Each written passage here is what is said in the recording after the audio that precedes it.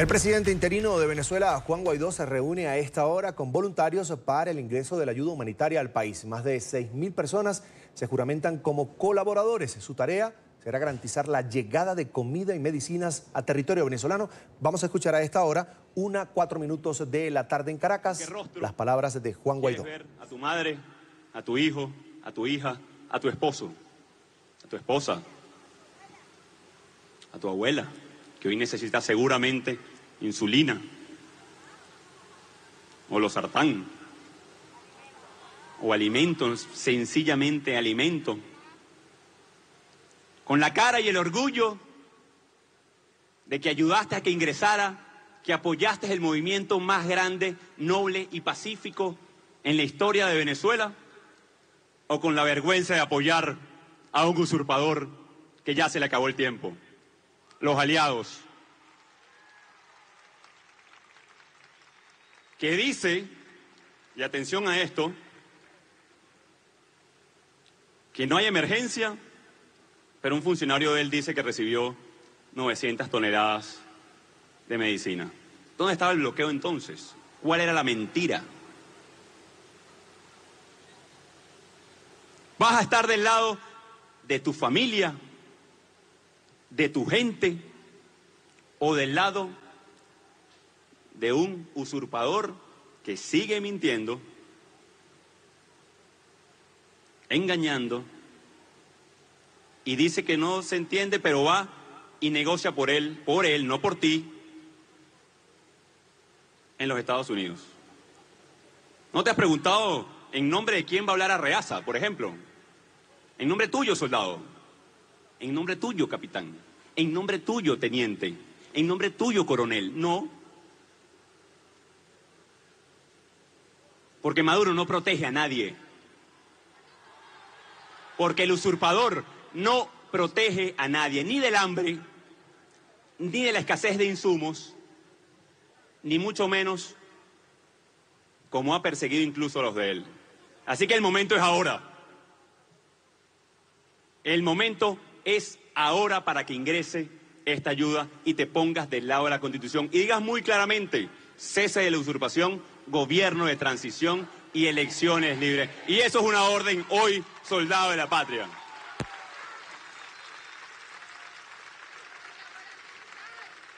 Y para finalizar, hermanos y hermanas, voluntarios, nobles voluntarios, altivos voluntarios. Hoy, y lo hemos dicho, estamos dispuestos a hacer lo necesario para que ingrese esa ayuda. Hoy esos aviones deberían estar aterrizando en Venezuela y no los permite un pequeño grupo, muy pequeño, de militares y el usurpador. Y lo decía Mandela, el terreno de la lucha lo decide el opresor. Para nosotros, ya la decisión es clara. Es irreversible el cambio. Para nosotros, el futuro y la democracia y la libertad es un hecho, es una garantía. Sobre todo cuando vemos estas demostraciones de fuerza y organización. Aquí la pregunta que queda hacerse a los que hoy secuestran la banda, Miraflores o algunos otros espacios, es cuánto más van a hacer pagar a nuestro pueblo. Cuánto más tenemos que poner de sacrificio para lograr definitivamente la libertad. Cuánto más estos voluntarios, como Rafael Rosario, Patiño, Pizarro, estos diputados, tienen que poner de sacrificio, o nuestros estudiantes, jóvenes. Y yo sé que ya hemos puesto mucho. Y yo sé que el sacrificio ha sido muy elevado. Durante años. Durante años hemos hecho lo necesario. Y llegó el momento entonces de que, a pesar de que unos poquitos bloqueen el cambio, nosotros como decimos, echar el resto.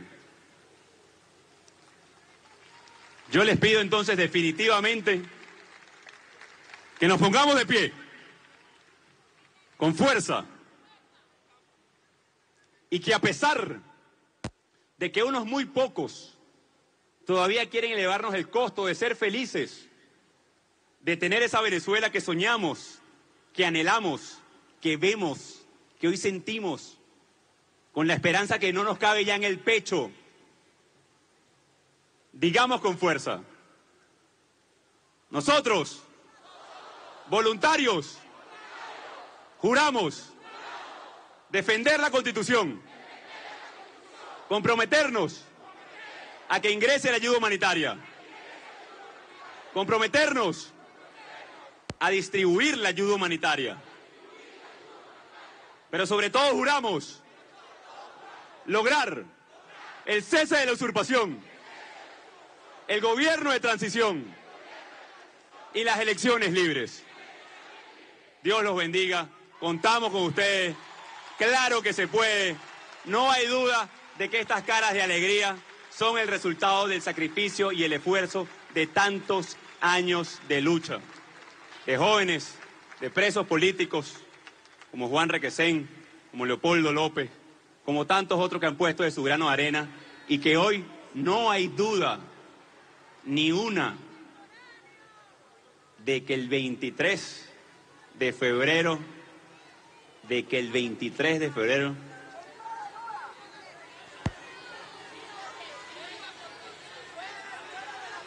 entrará la ayuda humanitaria sí o sí a Venezuela.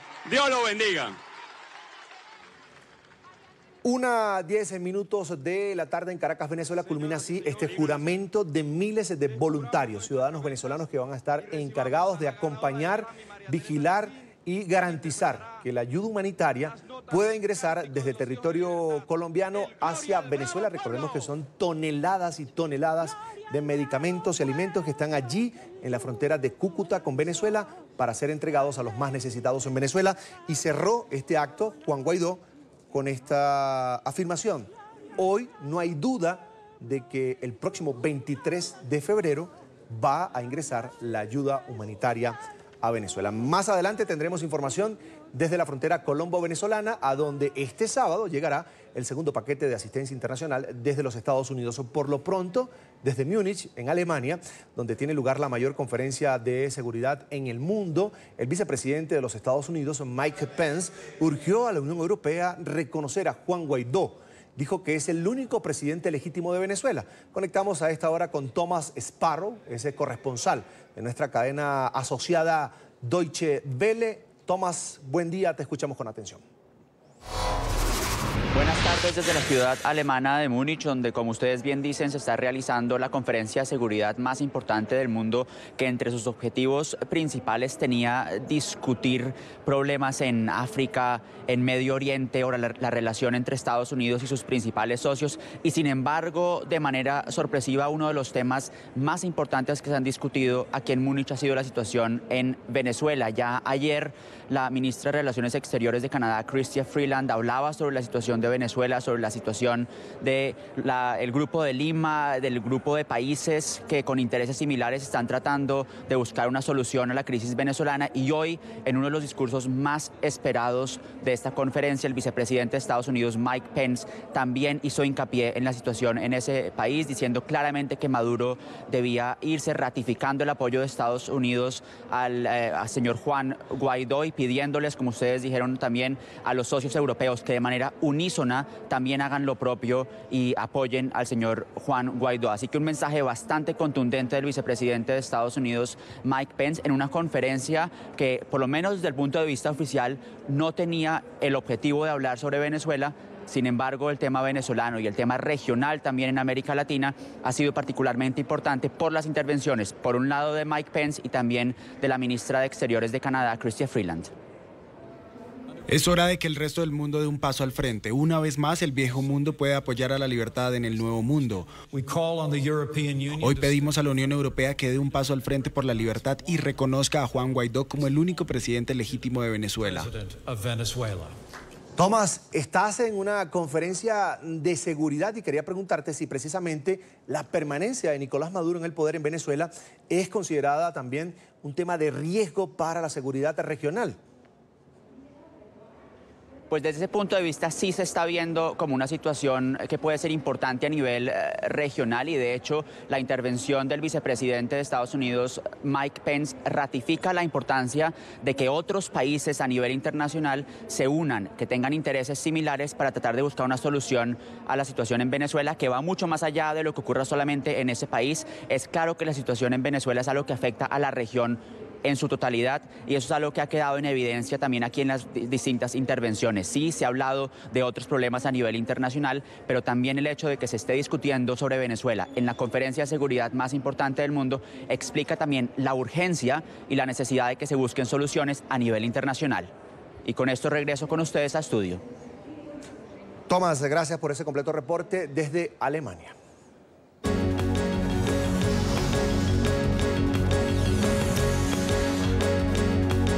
Terror en Illinois. Un nuevo episodio de violencia armada en Estados Unidos vuelve a dejar un trágico saldo. Al menos 6 personas murieron, incluido el atacante en un tiroteo en una fábrica de la ciudad de Aurora. El sospechoso era un trabajador del lugar que había sido despedido este mismo viernes. Una imagen que se vuelve a repetir en los Estados Unidos. Una bodega industrial de la ciudad de Aurora, ubicada en el área metropolitana de Chicago, fue el lugar en donde ocurrieron los hechos. A la 1:28 de la tarde llegaron los oficiales y fueron atacados de inmediato. Comenzaron a llegar nuevos agentes y también fueron atacados. Los otros uniformados en la escena localizaron a las víctimas de los disparos dentro del edificio. En este momento confirmamos 5 víctimas. El autor de la masacre fue Gary Martin, de 45 años, un empleado del complejo industrial en donde fue perpetrada la matanza. Según informó la policía, el sospechoso había sido despedido horas antes de que ocurriera la tragedia. Todas las víctimas mortales fueron empleados de la fábrica. En el hecho, 5 agentes de la policía resultaron heridos, además de un trabajador del lugar. Testigos aseguraron que el atacante usó un arma con mira láser. El arma, que fue utilizada por Martin, fue una pistola Smith & Wesson. El atacante fue asesinado en la escena por las fuerzas de seguridad. Con un sentimiento de impotencia, las autoridades lamentaron el suceso. Durante muchos años hemos visto situaciones similares en toda nuestra nación y el horrible sentimiento que sentimos cuando lo vemos en las noticias. Experimentarlo de primera mano es aún más doloroso. Es una pena que los tiroteos masivos como este se hayan convertido en algo común en nuestro país. Los investigadores del caso allanaron la vivienda del autor del tiroteo para adelantar las pesquisas que buscan determinar qué habría motivado al hombre a cometer el ataque. Por ahora, la identidad de las víctimas no ha sido revelada por las autoridades.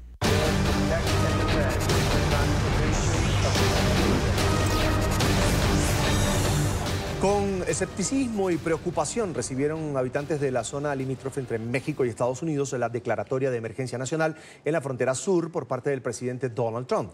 Expertos aseguran que la medida sienta un grave precedente en la política estadounidense. En Estados Unidos siguen retumbando los ecos de la más reciente controvertida decisión de Donald Trump. El día de hoy voy a firmar una emergencia nacional. La declaratoria de emergencia nacional, para expertos, sienta un grave precedente para la política de la Unión Americana. Afirman que esta medida abre la puerta para que futuros mandatarios tomen determinaciones evitando el control del Congreso.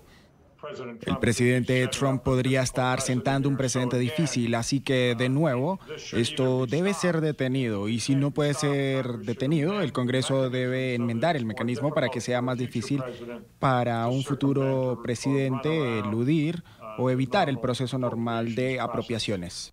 Sin embargo, hay posibilidades que dicha declaración no llegue a cumplirse, pues podría ser anulada por un tribunal.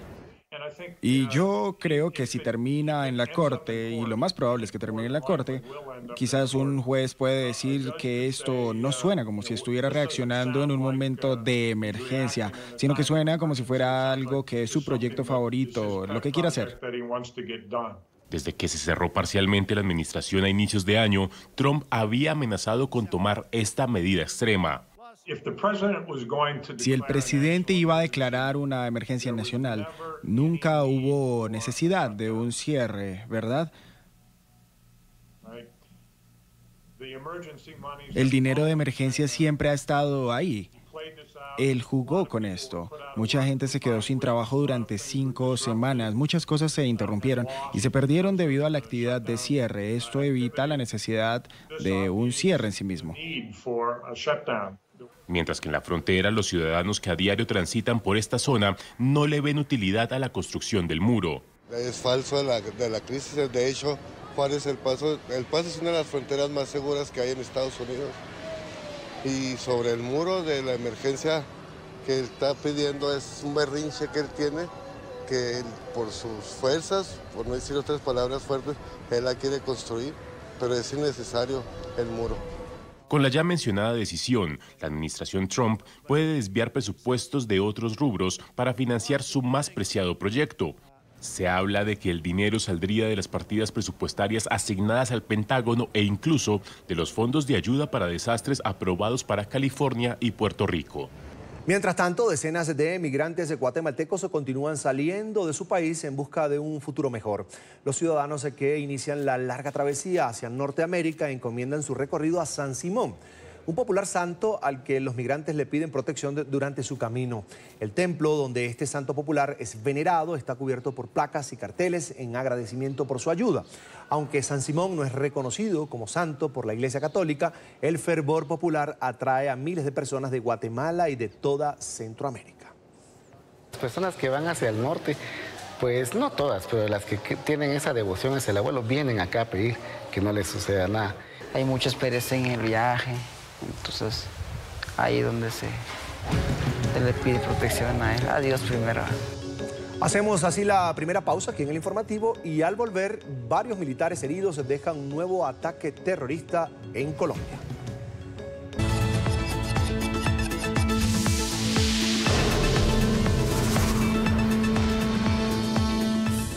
Esta tarde llega desde los Estados Unidos a la ciudad fronteriza de Cúcuta, en el nororiente de Colombia, el segundo paquete de asistencia humanitaria para el pueblo de Venezuela. Los suministros incluyen kits de higiene y productos nutricionales. NTN 24 en el lugar de la noticia con nuestro periodista Jorman Leal. Jorman, una muy buena tarde. Hola, ¿qué tal? Los saludo desde el Aeropuerto Internacional Camilo Daza en la ciudad de Cúcuta, ciudad fronteriza con Venezuela. Pues en pocos minutos tenemos conocimiento que llegarían estos aviones de la Fuerza Aérea Estadounidense hacia territorio colombiano. Pues como ustedes pueden ver en este momento, solo pues estamos acompañados aquí de la prensa nacional, de la prensa internacional. También hay algunas camionetas que son blindadas también de las Naciones Unidas, de la ONU. Nosotros estamos esperando a que estos aviones C-17 lleguen hacia territorio cucuteño, que traigan estas toneladas de ayuda humanitaria para todos los ciudadanos venezolanos. Dentro de este avión se espera que lleguen lo que serían kits de aseo, kits medicinales, también alimentos y suplementos que serían enviados para más de 3.500 niños venezolanos y también para otros 20.000 ciudadanos o 20.000 adultos que se encuentran en Venezuela. Pues nosotros estamos aquí a la espera de lo que sería la llegada de estos aviones de la Fuerza Aérea estadounidense. Nosotros estamos muy atentos aquí con toda la prensa internacional porque en pocos minutos nosotros estaremos a bordo, pues esperamos, de este avión para poderles mostrar a todos ustedes qué es lo que realmente traen, porque mucho se ha dicho con respecto a las ayudas humanitarias que vienen en este avión. Venezuela había manifestado que traerían armas, que traerían munición para una presunta invasión militar, pero nosotros vamos a mostrarles ya apenas arribe este avión al Aeropuerto Internacional Camilo Daza qué es lo que trae en su interior, cuáles son esas ayudas que llegarían para poderlas pasar hacia territorio venezolano. Pues por lo pronto es el reporte que nosotros les podemos presentar desde el Aeropuerto Internacional Camilo Daza. Esta es la información que registramos a esta hora. Jorman Leal para NTN 24. Continúen ustedes en nuestro Centro Internacional de Noticias. Jorman, gracias. Una muy buena tarde para ti, por supuesto. Último día de trabajo en Washington del presidente de Colombia en su visita a los Estados Unidos. El presidente Duque avanzó con su último día de trabajo. Pues Emiliana Molina tiene toda la información. Emiliana, buena tarde. Hola, ¿qué tal? Muy buenas tardes. Pues de hecho, Colombia fue el único país en América Latina que atendió el llamado de la Organización de Naciones Unidas para luchar junto a Corea del Sur en esta invasión por parte de Corea del Norte. Posteriormente, el presidente Iván Duque avanzó con su agenda en este cuarto día de trabajo en Washington y su último día, y llegó al Banco Interamericano de Desarrollo a tener un conversatorio con la comunidad de colombianos que residen aquí en Washington, donde le envió un especial saludo al embajador de Colombia ante Estados Unidos, Francisco Santos, quien se encuentra actualmente en Cúcuta recibiendo la ayuda humanitaria por parte de Estados Unidos. Duque también destacó el plan de desarrollo de Colombia, donde piensan o intentan sacar a más de 3 millones de colombianos de la pobreza. También intentan reforzar el sector privado y aseguró que quiere continuar apoyando a los venezolanos que están ingresando a Colombia, pero no sin antes denunciar a la dictadura. Pues yo quiero decirles que nuestra reacción frente a Venezuela es primero acoger a los hermanos que han salido huyendo de esa tragedia. Colombia le ha mostrado al mundo que hay fraternidad, que a pesar de las dificultades fiscales queremos atenderlos a ellos, pero también hemos sido claros que esa dictadura hay que denunciarla. La denunciamos ante la Corte Penal Internacional. Sabemos además que hay que avanzar en el cerco diplomático y se han logrado pasos nunca antes vistos en América Latina. América Latina nunca había visto un cerco diplomático como el que se ha dado, y hoy le quiero decir a ustedes que resolver esa tragedia en Venezuela es provechoso para el pueblo venezolano, es provechoso para la seguridad de Colombia, porque además esa dictadura ha albergado en su territorio a muchísimos terroristas que han atentado contra el pueblo colombiano, pero adicionalmente también es apostar por una recuperación económica con sentido social para los dos países. En este conversatorio, el presidente Duque, junto con el canciller Carlos Holmes Trujillo, también el embajador ante la Organización de Estados Americanos y la cónsul de Colombia aquí en Washington, hablaron sobre el taller Construyendo País, anunciando y destacando los avances que han hecho por parte del consulado aquí en Washington para continuar apoyando a la comunidad de colombianos. Esta es toda la información que tenemos desde el Banco Interamericano de Desarrollo. Emiliana Molina, regreso al Centro Internacional de Noticias. Emiliana, buena tarde, gracias. Al menos 5 militares resultaron heridos en un ataque con explosivos en el nororiente de Colombia. Las autoridades señalan que el atentado se registró cuando desconocidos activaron 2 cargas explosivas al paso de una caravana de vehículos militares. Aunque aún no se ha establecido quiénes serían los responsables, en la zona hace presencia la guerrilla del ELN. Y el fenómeno del Niño mantiene en alerta a las autoridades en Colombia. La falta de lluvia y la temporada seca han colaborado para que a las afueras de Bogotá, la capital del país, se desaten incendios forestales. Se han desplegado varios helicópteros para atender la emergencia. La mayor parte del país suramericano ha sufrido las condiciones climáticas extremas desde principios de año. La sequía extrema ha provocado frecuentes incendios forestales en toda la nación. Una cosa que preocupa mucho a los industriales y es el precio de la energía, que se afecta. Colombia tiene una matriz energética bien interesante, pero el 70-80% de su matriz energética son hidroeléctricas. Entonces, cuando hay fenómeno del Niño, el costo de la energía tiende a subir porque no hay suficiente agua y entran las termoeléctricas a suplir Entonces, yo creo que ahí ya se siente un impacto en el aumento en las tarifas. A otras noticias, el presidente de México visitó el pueblo del temido Chapo Guzmán en la misma semana en la que el señalado líder del cártel de Sinaloa fue declarado culpable en la ciudad de Nueva York, donde se adelanta su juicio. Andrés Manuel López Obrador pidió no estigmatizar a los habitantes de Badiraguato en el occidente de México. Para que quede claro, porque me lo preguntaron ayer, antier, va a Badiraguato y no sabe que es la tierra de una persona que está siendo juzgada en Estados Unidos. Le digo a los pueblos no se les puede estigmatizar. Los pueblos no tienen por qué ser estigmatizados. Precisamente en la población de Badiraguato, en el norteño estado mexicano de Sinaloa, los habitantes aseguran extrañar a Joaquín El Chapo Guzmán, el temido narcotraficante al que describen como si fuera una deidad que los protegía. Aquí en Badiraguato, en el norteño estado mexicano de Sinaloa, se rinde culto con canciones, fotografías y frases al capo del narcotráfico Joaquín El Chapo Guzmán, el hijo pródigo del poblado. La gente afirma que si el Chapo volviera sería un alivio, porque dicen que cuando estaba no había pobreza ni violencia. Describen al pueblo como un territorio con un autogobierno no reconocido y un mandatario dadivoso. 9 de cada 10 personas que residen en Badiraguato viven en condiciones de pobreza o pobreza extrema. La producción de enervantes fue la industria que Guzmán lideró con el cártel de Sinaloa, hasta hace 2 años cuando fue detenido al norte del estado. El territorio de siembra fue peleado por distintos grupos, ocasionando durante 2018 el desplazamiento de 295 familias.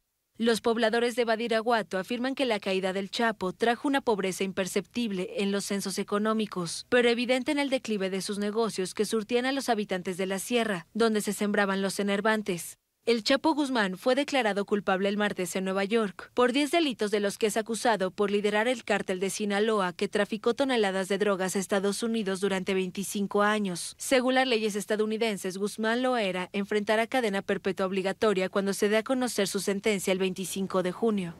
El Tribunal Electoral de El Salvador entregó las credenciales al presidente electo Nayib Bukele.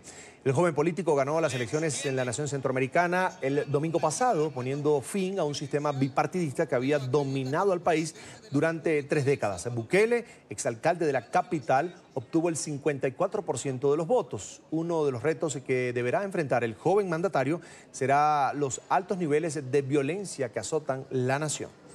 La OEA y la Unión Europea y otros organismos internacionales han afirmado categóricamente que no existieron indicios de fraude en el proceso electoral, agregando adjetivos calificativos que ponderan las elecciones realizadas como eficientes, modernas y sobre todo transparentes.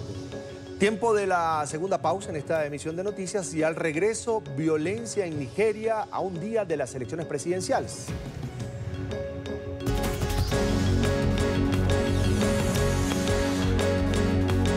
(12:38 del mediodía). Vamos a Colombia, exactamente a la ciudad de Cúcuta, al aeropuerto Camilo Daza de esta ciudad fronteriza con Venezuela, exactamente con el estado Táchira, con San Antonio. Vemos en pantalla este avión de carga de la Fuerza Aérea de los Estados Unidos que ha llegado hasta este aeropuerto con la segunda parte o la segunda entrega de la ayuda humanitaria internacional para el pueblo venezolano. Recordemos que ya hay un primer lote de 100 toneladas de alimentos y medicinas que están en unos galpones allí en el puente de tiendistas también en la ciudad de Cúcuta, en la zona que comunica también por uno de los 3 puntos que hay allí en ese departamento, el departamento del norte de Santander, que comunica a Venezuela con Colombia. Allí pues están justo cerca del puente almacenadas esas 100 toneladas. Se espera que en este lote que llega el día de hoy están pues kits de higiene. Recordemos que los productos de aseo personal en Venezuela, los pocos que se consiguen, tienen un elevado costo para una familia venezolana pues deprimida económicamente por la alta inflación que vive el país. Se habla de una hiperinflación, se habla de una inflación en Venezuela sobre el 1.000%, según las estimaciones del Fondo Monetario Internacional. Sigue carreteando esta aeronave allí en el aeropuerto Camilo Daza de la ciudad de Cúcuta. Y reiteramos lo que decía en este caso el presidente interino de Venezuela, Juan Guaidó, hace algunos minutos desde Caracas. No hay dudas, decía el presidente Juan Guaidó, de que el próximo 23 de febrero, la fecha que él dio para el ingreso de la ayuda humanitaria a Venezuela desde Colombia, pues se va a dar. Hay que decir también que los productos nutricionales que vendrían también en este lote, en estas toneladas, son la manera que algunos expertos, especialistas han puntualizado, han determinado para poder atacar la situación de desnutrición que viven niños, miles de niños venezolanos, por supuesto adultos también. El número ofrecido en este caso por el gobierno interino de Venezuela es de 200.000 a 300.000 venezolanos en riesgo de morir porque no están recibiendo una buena alimentación.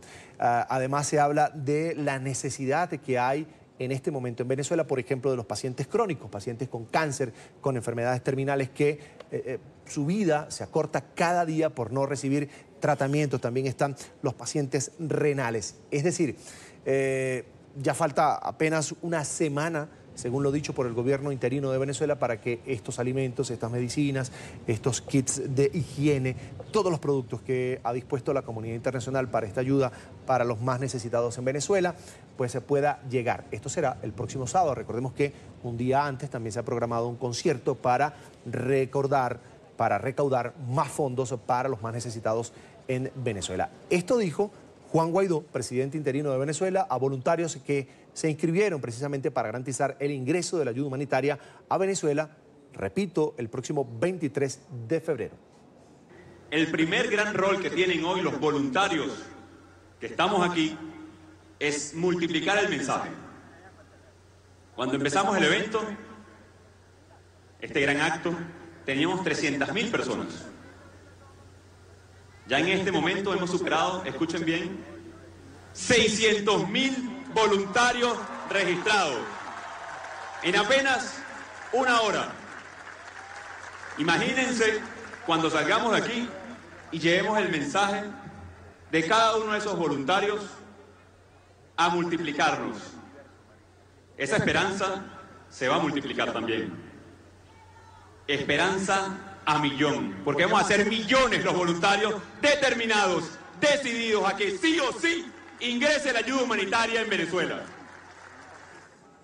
Ya son las 12:42 minutos de la tarde en Colombia, en territorio colombiano. Imágenes que nos llegan en vivo desde la ciudad de Cúcuta, frontera con Venezuela. La llegada de un nuevo avión de la Fuerza Aérea de los Estados Unidos con una carga, con toneladas de ayuda humanitaria para los venezolanos. Vamos a estar atentos a esta información y, por supuesto, en cualquier momento regresamos.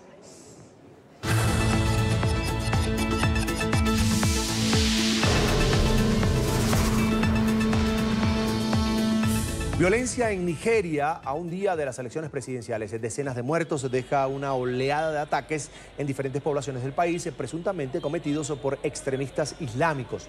Reportan al menos 66 muertos. Los comicios fueron pospuestos por una semana. Manifestantes y policías vuelven a chocar durante la protesta número 14 de los llamados chalecos amarillos en Francia.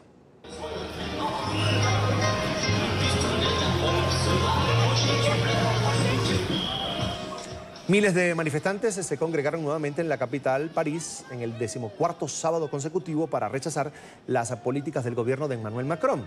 La concentración inició en el Arco de Triunfo, donde se registraron focos de violencia. Los manifestantes se quemaron contenedores de basura y lanzaron piedras y otros objetos contundentes a los uniformados, que respondieron con cañones de agua y bombas lacrimógenas. Una encuesta publicada esta semana mostró que el 56% de los franceses cree que el movimiento debería suspender las protestas semanales. Sin embargo, los manifestantes advierten que no se rendirán hasta que se implementen medidas en pro del poder adquisitivo y la inclusión. Las protestas contra el alto costo de la vida comenzaron el pasado 17 de noviembre. El Vaticano informó hoy de la expulsión del sacerdocio al ex cardenal y arzobispo emérito de Washington, Theodore McCarrick, tras ser acusado de abusos sexuales contra menores y seminaristas. La primera denuncia en su contra tuvo lugar en los años 60. La histórica decisión ocurre días antes de la cumbre que celebrará el Vaticano precisamente para prevenir estos abusos. Un susto se llevó a un grupo de pasajeros que bajaban en un avión de la aerolínea indonesia Lion Air. La aeronave, que transportaba a 182 personas, patinó fuera de la pista mientras intentaba aterrizar en el aeropuerto internacional de Supadio. Un pasajero compartió un video en redes sociales en el que se aprecia a varios trabajadores de emergencia rociando agua en el avión mientras todos los pasajeros estaban a bordo. Por fortuna, ninguna persona resultó herida. Falta algo menos de 2 semanas para el segundo encuentro entre Donald Trump y Kim Jong-un, y funcionarios norcoreanos confirmaron la fecha en la que Kim arribará a Vietnam. Según informaron agencias internacionales, el líder del régimen llegará a la nación asiática el próximo 25 de febrero, 2 días antes de la reunión con el magnate republicano. Dentro de la agenda en Hanoi se tiene programadas reuniones con funcionarios del gobierno vietnamita. Cientos de ciudadanos en Filipinas se manifestaron contra las políticas del gobierno de Rodrigo Duterte. En una convocatoria de la Iglesia Católica bajo el nombre de Camina por la Vida, los ciudadanos recorrieron las calles de la capital con velas en rechazo a la política de Duterte contra las drogas, que ha dejado decenas de miles de muertos en Filipinas. La manifestación culminó con una multitudinaria misa oficiada por el arzobispo de Manila, la capital filipina.